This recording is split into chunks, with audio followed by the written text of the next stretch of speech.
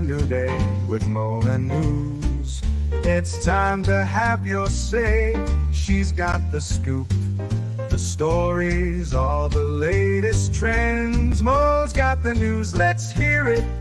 My dear friends, from politics to showbiz, no story's too small. Mo covers it all. She's got the inside call, her voice so smooth, like honey in the summer sun. With Mo on the mic, you know the news is always fun. Mornings with Mo, the best newsy news in the world. With her style so classic and her stories unfurled, from morning till night, she's got us in the know. Turn on your radio, let Mo's newsy news flow.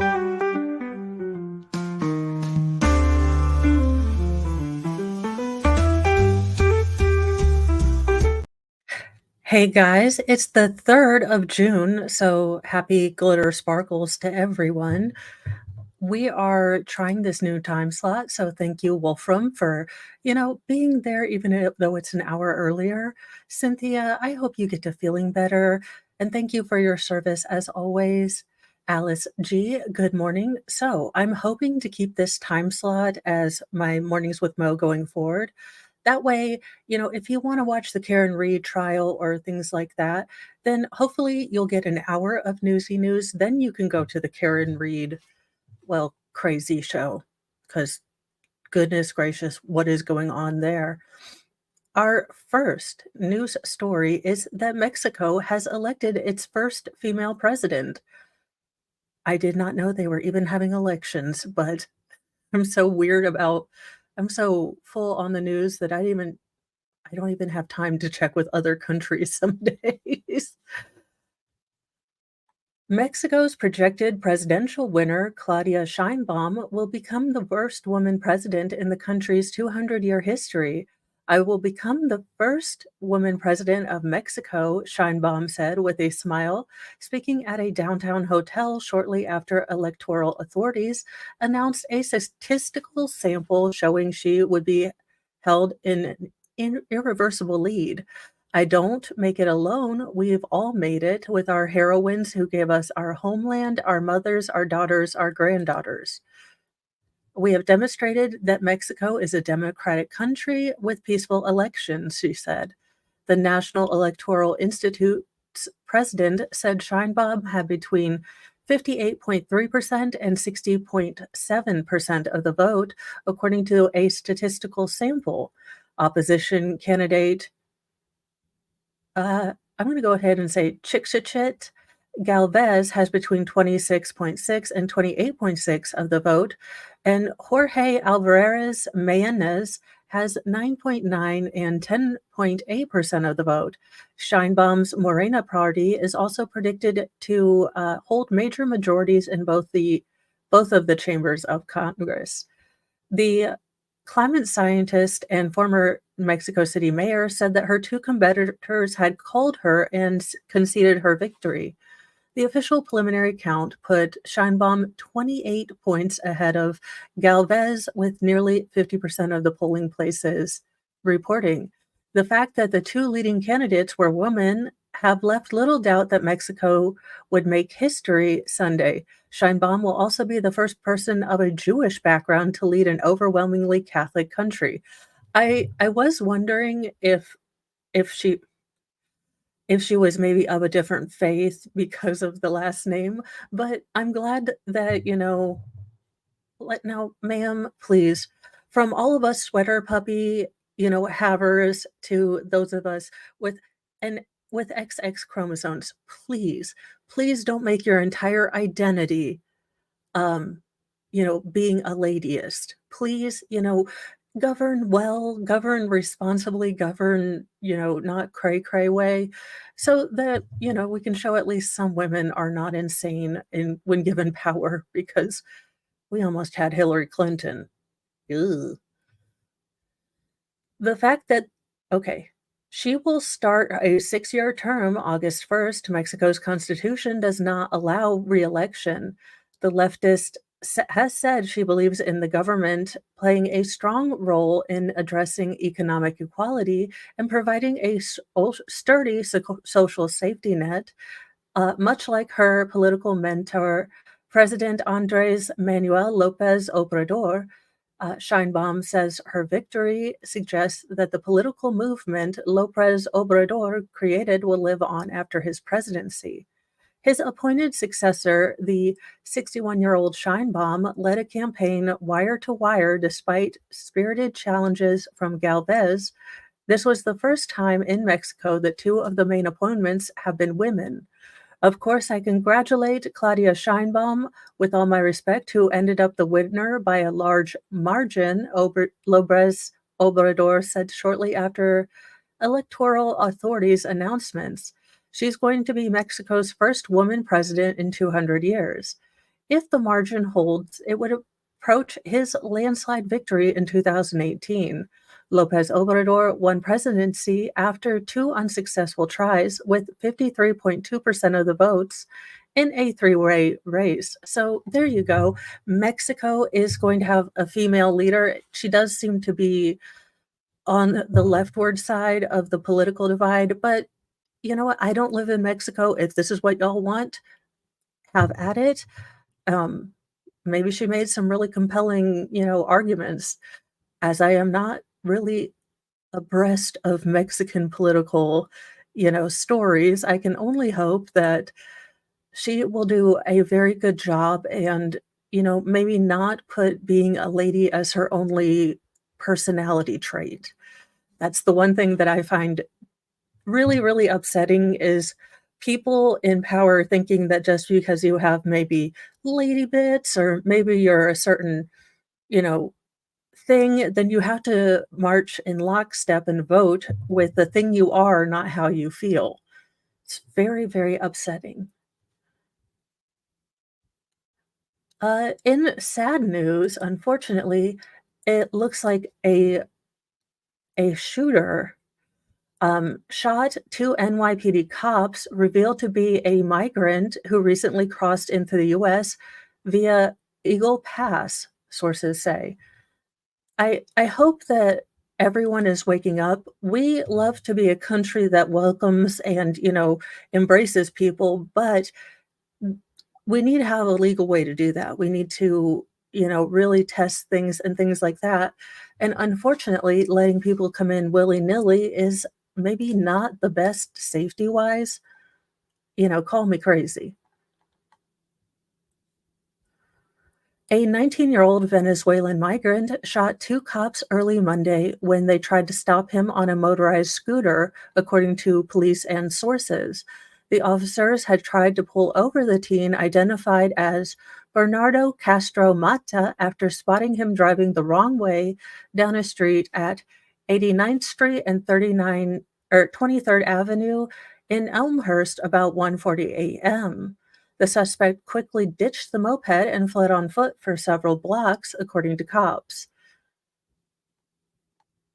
So I believe this gentleman is the FAFO, current contender for the league.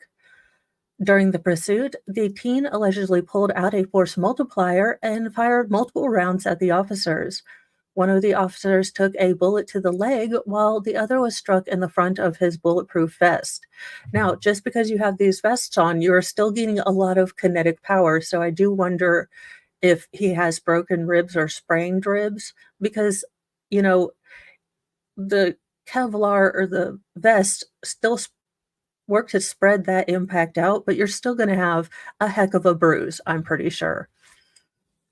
At least one of the returned officers fired and struck the alleged perp in the ankle, as the teen, who has no criminal history in the Big Apple, is a suspect in several current robbery investigations in Queens, NYPD Commissioner Edward Caban said.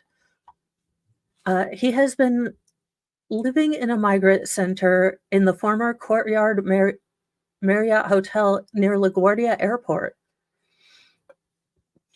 It was not immediately clear how long he'd been in the Big Apple, but law enforcement Sources told the Post that he entered via Eagle Pass, Texas at some point last year. He was taken to New York Presbyterian Queens for treatment. The two cops that were injured are in good spirits, and both of them are in stable condition after being treated at Elmhurst General Hospital. This could have gone way different, the police commissioner said in an early morning press conference, showing off the bullet hole that one of the officer's vest had in it to Mayor Adams, and he praised the two police officers. Because of this vest, a young officer is going home, his owner said. A senseless act of violence and total disregard for life, he added as he addressed the incident. Our officers responded with levels of discipline, focus, and professionalism. Today, we thank God. Well, yes, probably. I am so happy that no one lost their life in this. I think we almost get too cavalier because these things have been coming. Basically, the 24-hour news cycle, of which I am a uniquely large consumer of, and therefore probably shouldn't be sitting in my glass house and saying, "You know, this 24-hour news cycle is why people have lost to the plot."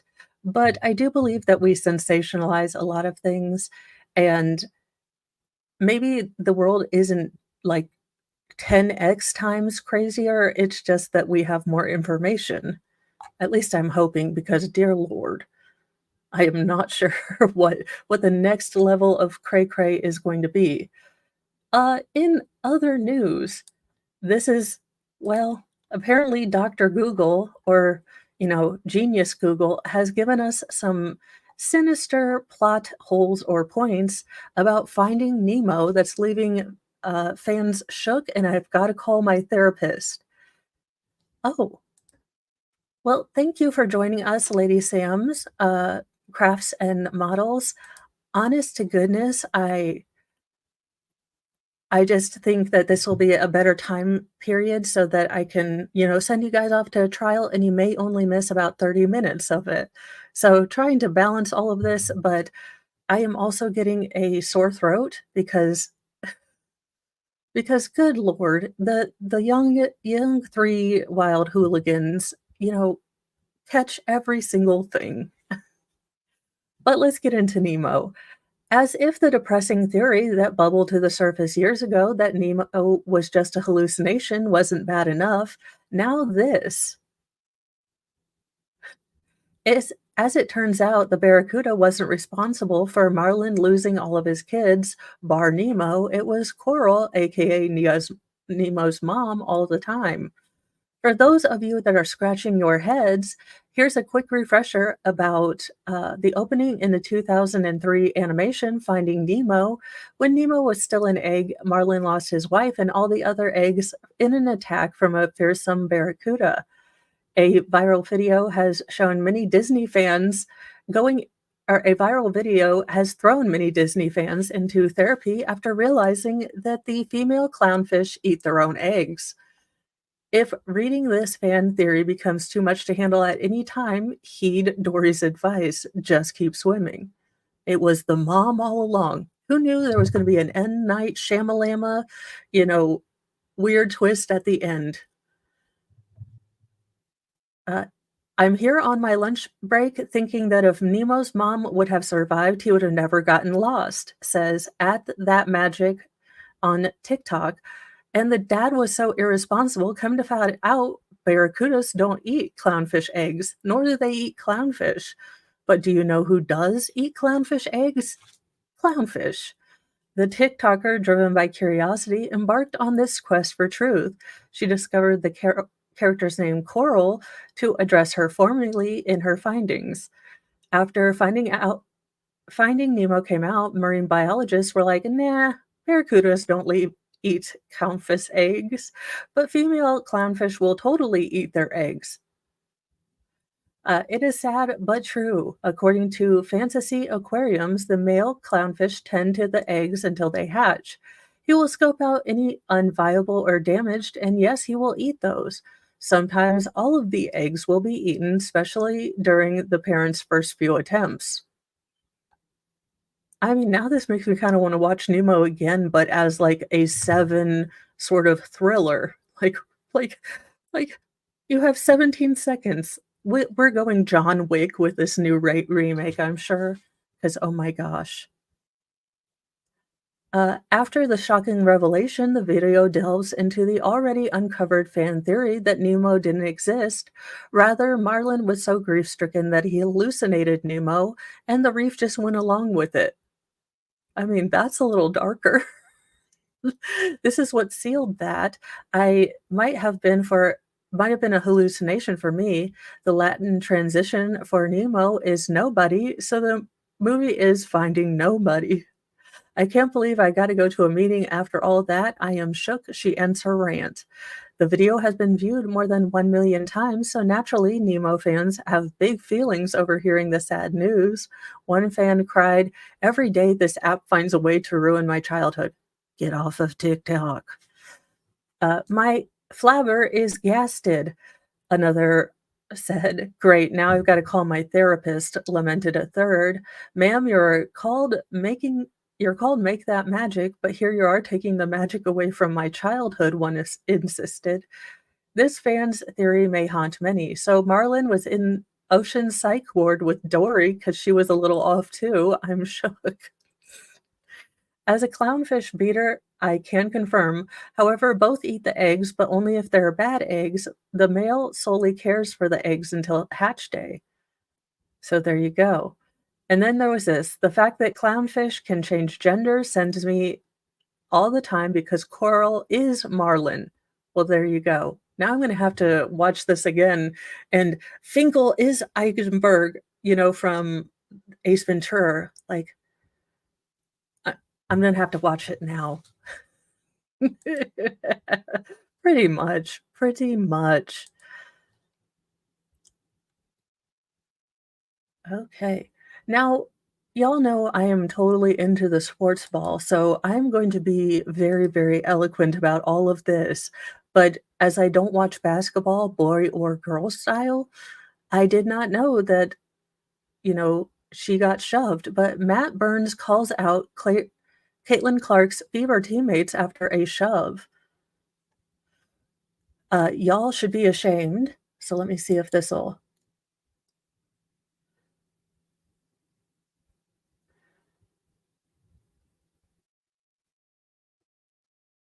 Okay. All right. So apparently you are not allowed to boob check another player. Eh, basically, either Marlin was crazy and Nemo was a fig Newton of his imagination, or the wife ate all the eggs and, well, that's a little terrifying too. But basically, Marlin was in a beautiful mind kind of mental state. While basketball fans have been debating who was right and wrong in the dust-up between Caitlin Clark and Sky guard Chennedy Carter, former NBA player Matt Barnes was wondering where the Fever Stars teammates were during all of it. During Saturday's win over the Sky, Clark was given a hard foul away from the ball when Carter hip-checked the WNBA rookie to the ground, drawing an immediate foul. In a post on Instagram, Barnes shied away from talking about the play itself, but rather talked about why Clark's teammates were so lackadaisical to defend her after the shoulder check occurred. I mean, throughout the season, she's been getting beat up, hard screens, elbows, knocked down. Barnes said, "It is what it is. She's not the first. She won't be the last. My issue and question is, where the F are her teammates? Where are y'all at? You're supposed to be Where's the rest of the Indiana Fever?" I mean, look, I'm from Indiana and I've never watched a Fever game, but I also am not big in sports ball. So they could be really, really great. And I just not my not my jam. I've seen a couple of girls smirk when she gets knocked down. Half A to pick her up, like y'all supposed to protect the asset, protect the star. And though this is a team, you will always protect your star. I was someone who produced the stars. You F with Kobe, Blake, the list goes on, it's going to be a problem. Barnes played 14 seasons in the NBA, sending 4 with the Clippers, 2 with the Lakers, along with time spent with the Knicks, Kings, and Warriors, among other teams. The former player was known for his physical style on the court, along with not being afraid to protect his team's best players if he had to. Quote, "You guys are supposed to be a family. And you wonder why you sit at the bottom of the league right now? It's because y'all don't protect each other, man. Coach don't do S about it. Players don't do S about it. Y'all should be ashamed of it. But the rest of the league is going to continue to test her. That's what they're supposed to do. It's your guys' effing job to have her back and to have each other's back. Do better, ladies." Well, yeah. Well, we try. We try. On that note, and somewhat slightly off tangent, my oldest son, met, like, his a really far away cousin, and they're about the same age, so they've been texting each other, and I kinda joked with Mr. Mo, I was like, "Does anyone need to sit down, oldest son, and tell him you cannot start dating from, like, the family reunion pool?" I was like, "We're not close enough to Kentucky for that."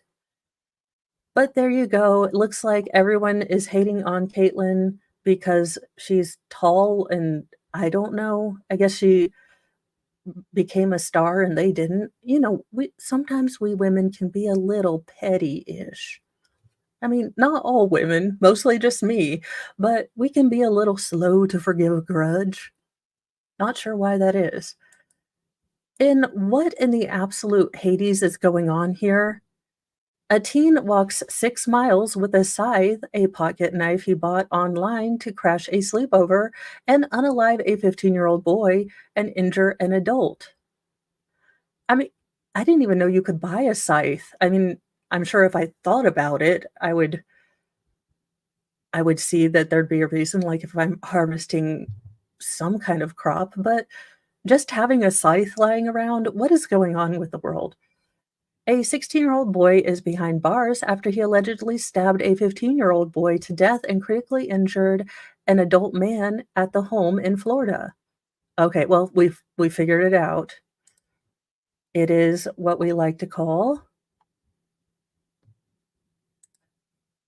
Florida man and whoa man, because it Florida is an equal opportunity, crazy place. The Sumter County Sheriff's Office responded to a stabbing around 10 p.m. Saturday at a home in the 6600 block of County Road. They found a 15-year-old Connor Michael Gill and a 48-year-old man suffering from stab wounds. Paramedics rushed the victims to the hospital where Connor unfortunately lost his life around 1:20 a.m. The man is in critical but stable condition, Under Sheriff Pat Breeden said. Detectives said the teenage victim was having a sleepover when the suspect, Alexander Warren Hernandez, banged on the door. According to Brian, Alexander forced his way inside, where he stabbed Connor to death and threatened the other person.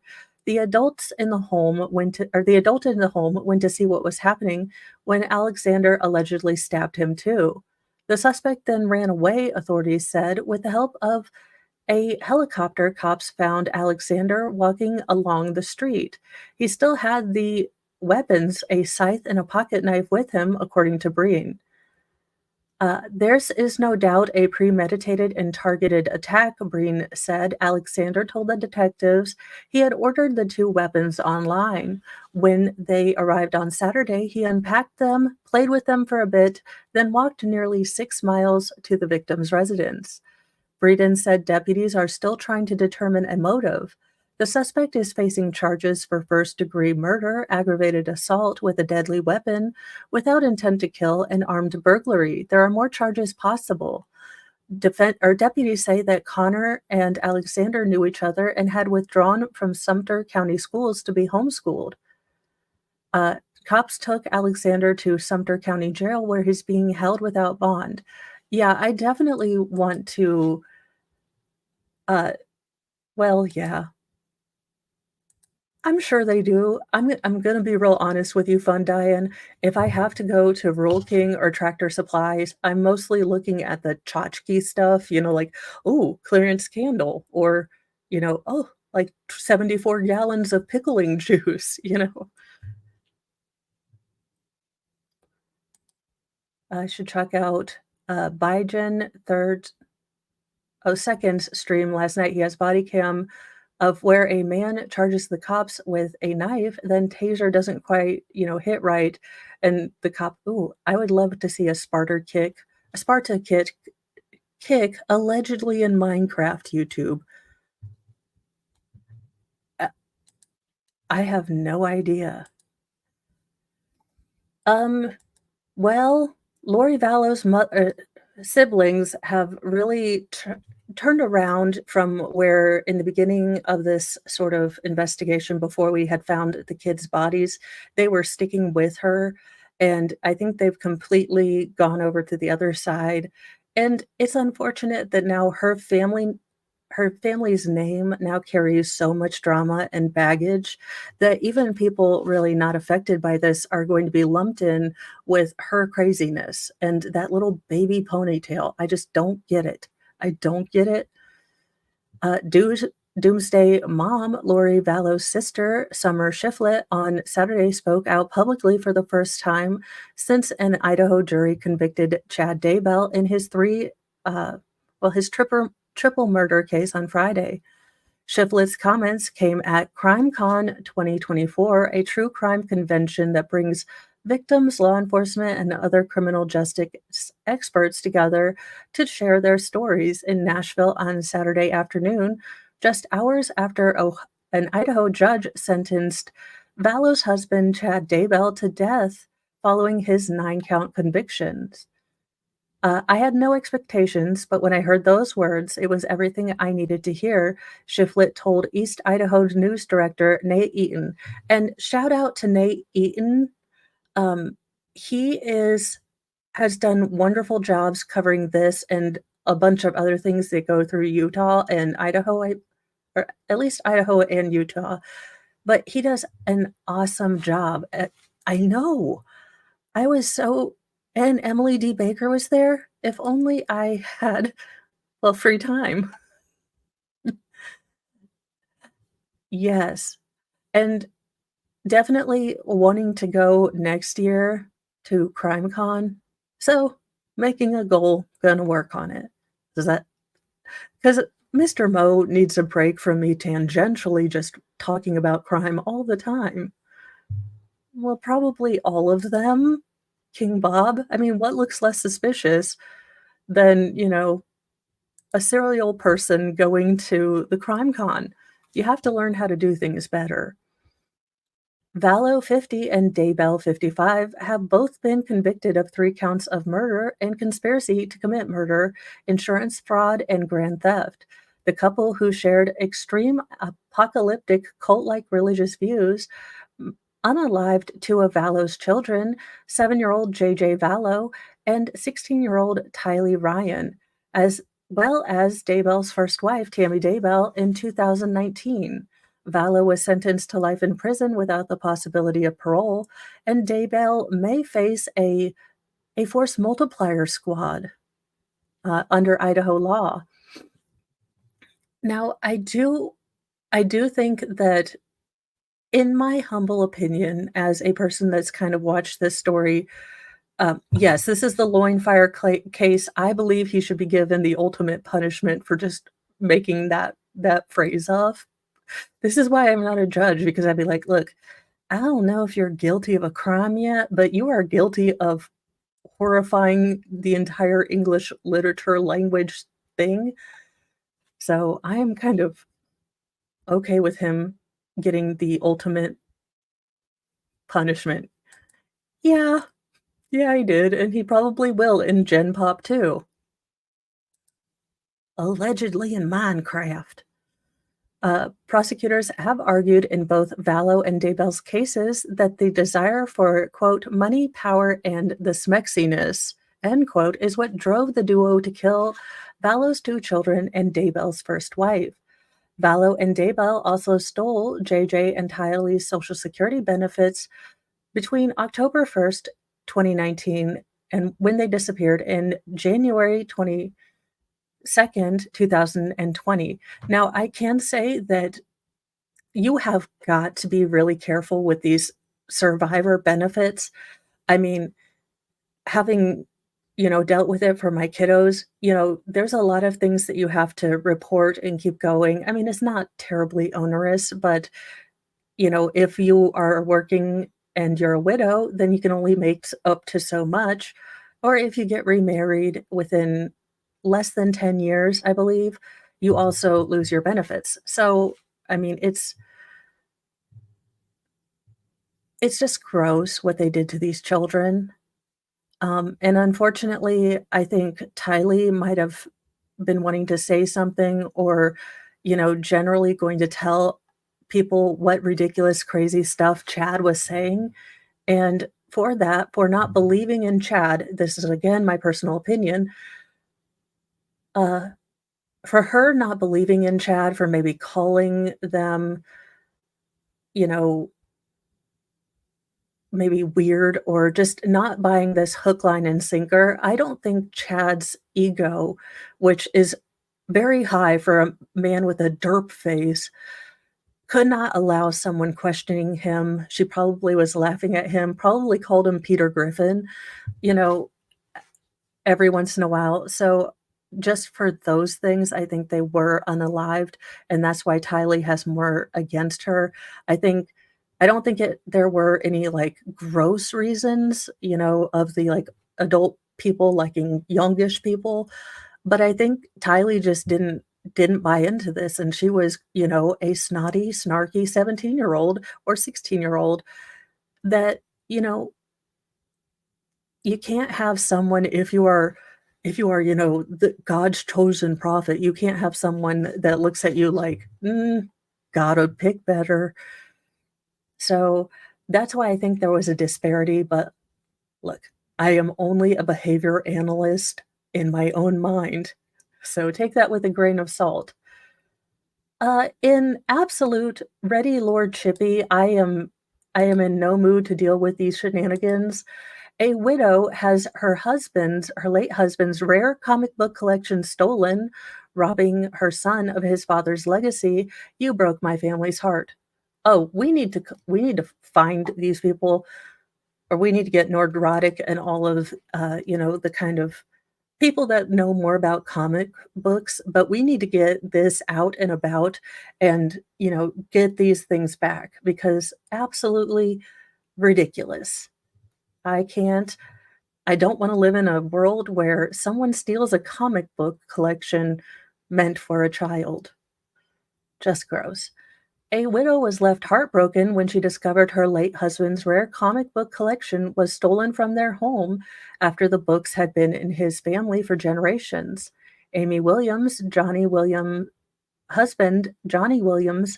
died from a heart attack in 2022, just 2 years after they welcomed their son, Makari, into the world, KVVU TV reported. "He just wanted to love me for eternity," she told the outlet. "Even though I didn't get my forever, I'm glad I gave him his forever." Oh, what a sweet woman.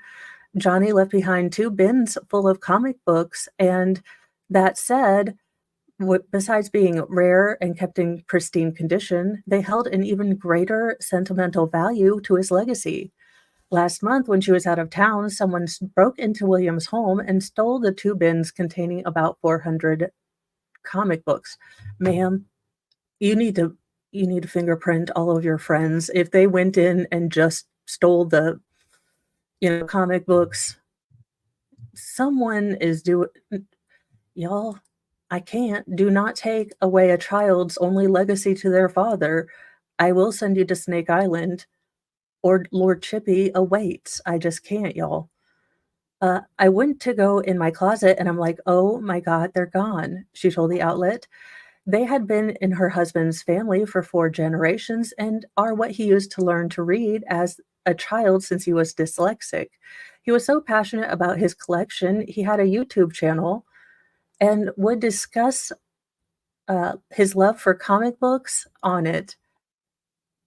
Oh, and he's a YouTuber? Oh, hell no. We are, y'all, justice warriors for Jesus. Look, you wanna steal a young man's, only memento of his father, you're gonna have to deal with final form Jesus is all I got to say. Like, be okay with your comic books now, because final form Jesus is about to come back. And welcome, JD Fan and Volstorm and Zach. Before his death, she often found her husband lost in reading comic books from his collection and even read them to her infant son. Williams said the toll of losing the comic books robbed their son of having a connection with his father, as Johnny planned on passing them to Makari when he was older. He wanted them passed down to my son and my son's kids, Williams explained. I mean, just the absolute degenerate douchery that, lets you steal comic books from a boy that lost his father already. You are more disgusting than whatever the hell my cats coughed up this morning, and it was pretty gross. It was pretty gross this morning, so you're even worse than that. That has more, value than the person who did this. Yes. And welcome, Shizzy Raiders. Quote, "You broke my kid's heart, and you broke my family's heart by doing what you did," Williams sternly said of the thieves. Even though she is facing some financial hardship since her husband died, it never occurred to her to sell the collection. "You couldn't put a price tag on it," she said. The heartbroken widow said even if she got one comic book bag from the collection, it would mean the world to her so she could give her son something to remember his father by. Williams hopes that the culprits responsible for stealing the comic books will be found if they try to sell them, since her husband had some of them graded, and if they were to be sold, his name would be attached to him or to them. So I hope that this gets all of the attention. I hope we find these SOBs, and just wrong, just all the wrong, but I have a feeling that it was someone who at least knew about the comic books and maybe had a general idea of their worth, because it just doesn't seem like, unless she got full, home break-in and they just didn't, they took everything, including the comic books, but I could imagine that it would be someone who knew about the comic books' existence. But that's just me. In other news, apparently this woman is bothering all of the Mexican politicians. Um, whenever a government gets real salty with you, I'm kind of inclined to believe you instead of the government, but, A Mexican volunteer searcher criticized in the past by the government has found more human remains in Mexico City, and officials have attacked her for it again. The existence of a clandestine body dump ground is sensitive for Mexico's ruling Morena party. Morena, which is running the former Mexico City Moreno, which is running for former Mexico City mayor and for president in Sunday's elections, claimed that the kind of violence that plagues other part of the countries have been successfully combated in the capital. But volunteer searcher Cici Flores, who has spent years searching for her two missing sons, says that that's because officials haven't bothered to look for bodies. It's a common complaint by relatives of missing people in many parts of Mexico, where drug cartels and kidnap gangs use shallow pits to dispose of the body of their victims. On Thursday, Flores posted a video showing what appeared to be human femurs and craniums in the tall, dry grass of a hillside on the city's east side. She suggested there were at least 3 bodies and noted there could be more on the hillside. Quote, "We don't want to disturb them," Flores said in a video, pointing to the pile of bones with her shovel from a distance of several feet. "We don't go in and disturb them." Flores has sparred with the government before, accusing officials of ignoring the plight of Mexico's more than 100,000 missing missing people. In late April, Flores drew ire of city prosecutors when she claimed, excuse me, when she claimed she had found charred bones and at least two people's identification cards in another semi-rural area of the city's east side. Prosecutors quickly concluded the bones were from dogs and that the ID cards had been discarded or stolen when their owners were alive. Soon after, President Andres Manuel Lopez Obrador played a government produced video at his daily press briefing, accusing searchers like Flores of morbidity, so like being morbid versus not, not like more like obese morbidity. So, and that they're suffering from, and I quote, a delirium of necrophilia. Holy my God, I am stealing a delirium of necrophilia for a t-shirt. I mean, it sounds like a heavy, that sounds like, a Gwar style heavy metal thrasher band. And if I played any instruments or could do anything like that, I would totally use that for a band name, Delirium of Necrophilia, performing today at our local state fair in Biloxi.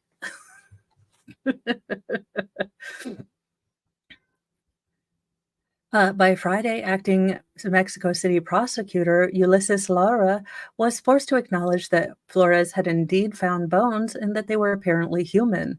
Lara said the police, forensic experts, and National Guard officers were dispatched to the scene. That raised an obvious question of why the vast team of official manpower had never been able to find the bodies, while a lone searching mother armed with only a shovel did.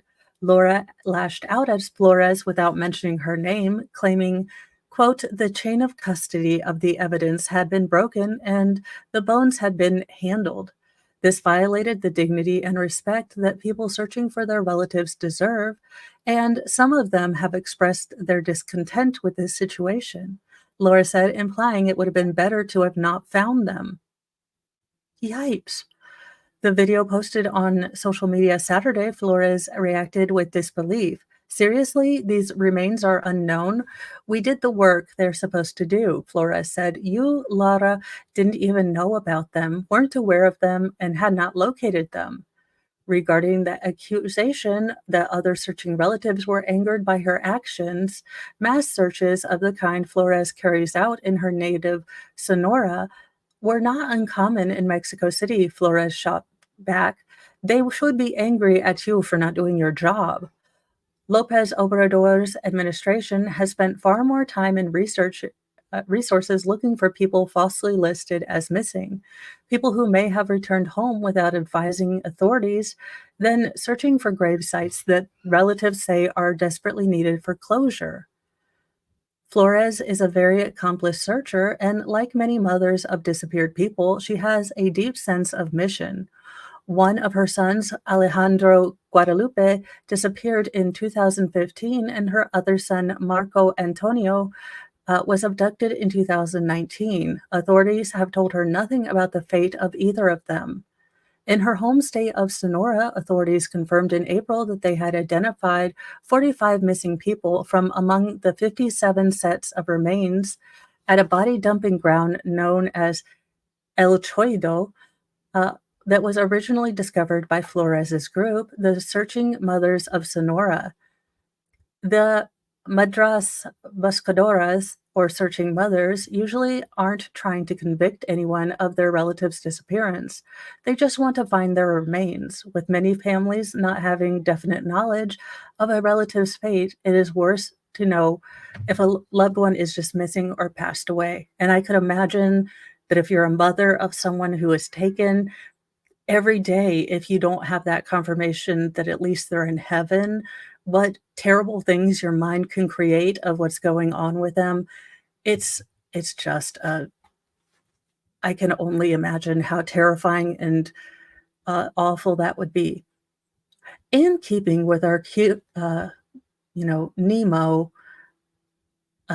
theme, we have a pregnant stingray with no male companion now has a, quote, reproductive disease. I mean, I think that certain animals creating female kind of genetic clones of themselves is something that happens. I think it's called parthenogenesis, but I am not a doctorologist. And for off tangent reasons, I don't know why yesterday, a day I could not really get out of bed, my body wanted nothing more for me to watch like these airplane crash documentaries. I'm like, I need someone to explain to me why my subconscious sounds like Red from that '70s show, because half the time it's like, "You're a dumbass. Just don't push it too hard." And then I thought, "Oh my god, my inner voice sounds like a Red Foreman. This cannot be healthy." Ah, I am correct about something. Awesome. A North Carolina aquarium that said it had a pregnant stingray with no male companion now says that the fish has a rare reproductive disease. Thursday's statement from the Aquarium and Shark Lab in Hendersonville did not say what disease the stingray Charlotte has or commented on the status of her pregnancy. The aquarium did not immediately respond to an email from the Associated Press seeking more information.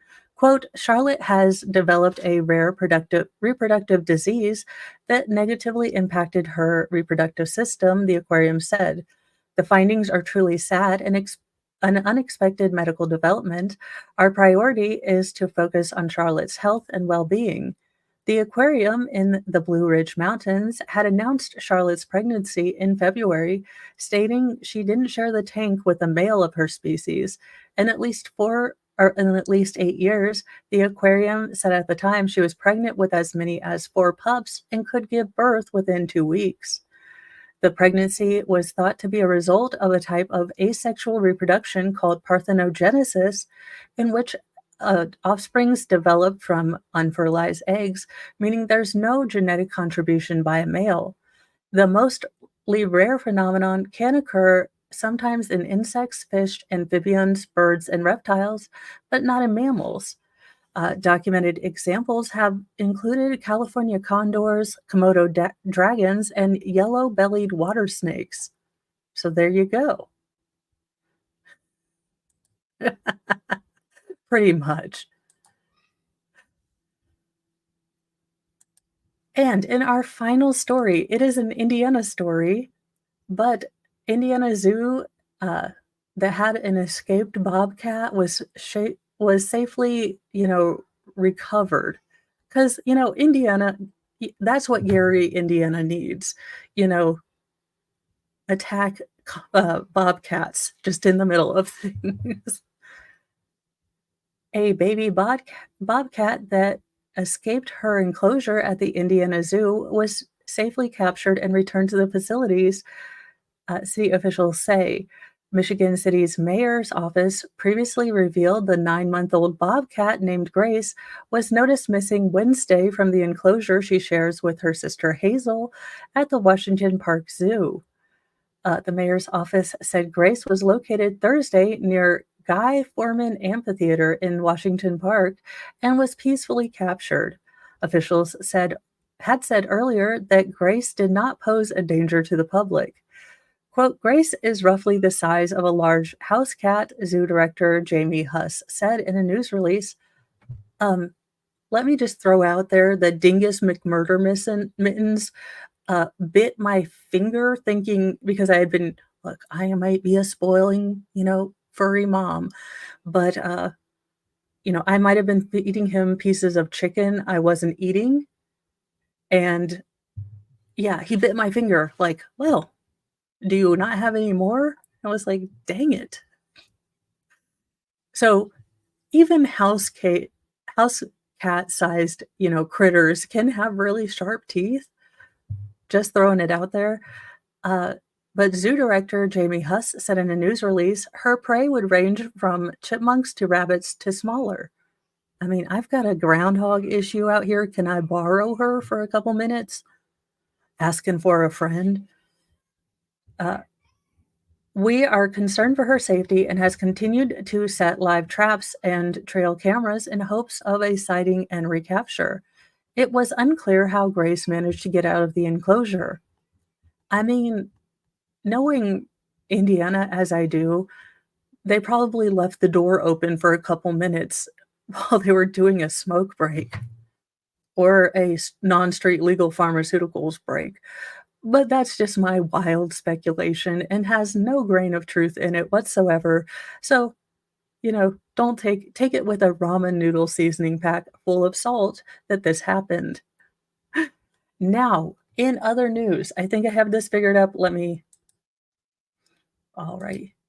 Ta-da! So we are going to start back with the wheel of wigs because holy my goodness, do I have way too much and I can't make a choice anymore. So let's see what tonight's news is going to be. Red hair. So red hair is coming back tonight. It is true. MG Law, if you like Finding Nemo, I would suggest not watching the first little bit of this because apparently it's much darker than we ever thought and or us Genlennials need to take a break from Google. I mean, one or the other. But oh my goodness, darkness on darkness on darkness. Now, you guys, I'm going to send you over to Baker. I believe that the Karen Reed trial is back on Monday for like maybe a half day or look, Judge Bev, please, for the love of all that is holy, you have a full head of hair. Please, please put purple shampoo on it, get some layers because right now you're hurting my heart. You're hurting my heart. Stop with that haircut, please. And free Chloe wherever she is. Now, I'm sending you all off. Have a wonderful day. And me with a redhead wig is going to be appearing tonight for normal time, 7 p.m. Nightly Newsy News. I may hop on with Baker, or I've got a lot of paperwork to do, so I've got to remember all sorts of dates. So have a wonderful day. Be kind to yourself, be kind to others, and, try to do one difficult thing. It could be, just marching those 10 more steps to get you to 1,000 or something, but try to do one difficult thing today that'll help you grow. Bye, guys.